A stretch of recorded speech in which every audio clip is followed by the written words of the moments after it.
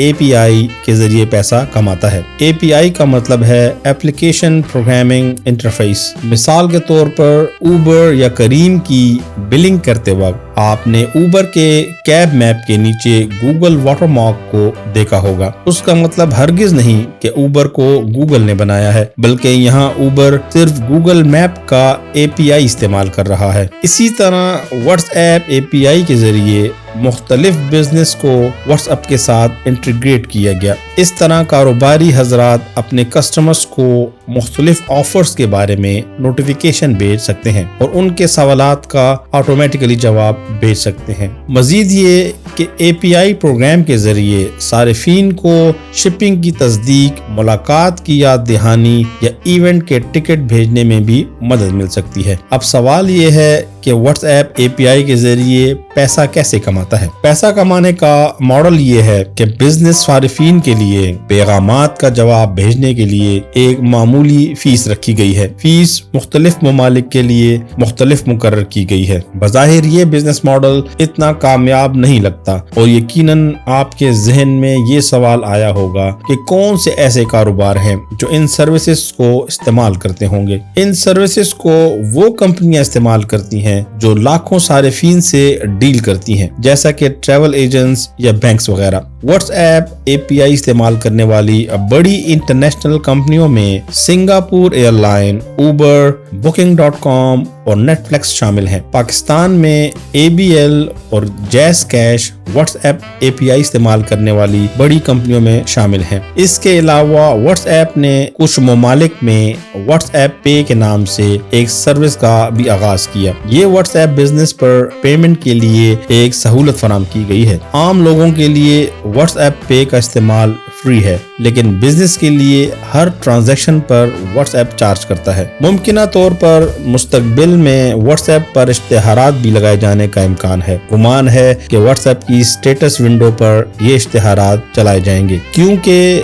What's app اب face بک company کا ایک حصہ ہے، اس لیے واٹس ایپ کی اپنی کمائی کا کوئی واضح اعداد و شمار موجود نہیں ہے۔ دنیا بھر میں تقریباً 50 لاکھ کاروبار واٹس ایپ بزنس ایپ کا استعمال کرتے ہیں۔ دنیا میں بہت سے کاروبار اس وقت صرف واٹس ایپ پر ہی کیے جا رہے ہیں، لیکن اس وقت سب سے اہم چیز جو واٹس ایپ کے پاس موجود ہے وہ اربوں صارفین کا ڈیٹا ہے۔ ویسے تو واٹس ایپ کی ڈیٹا پرائیویسی پالیسی بہت سخت ہے اور صارفین کے ڈیٹا کو محفوظ رکھتی ہے، لیکن کمپیوٹر انٹیلیجنس کی مدد سے اس ڈیٹا کے ذریعے صارفین کو ان کی ضرورت کے مطابق فیس بک اشتہارات دکھائے جا سکتے ہیں۔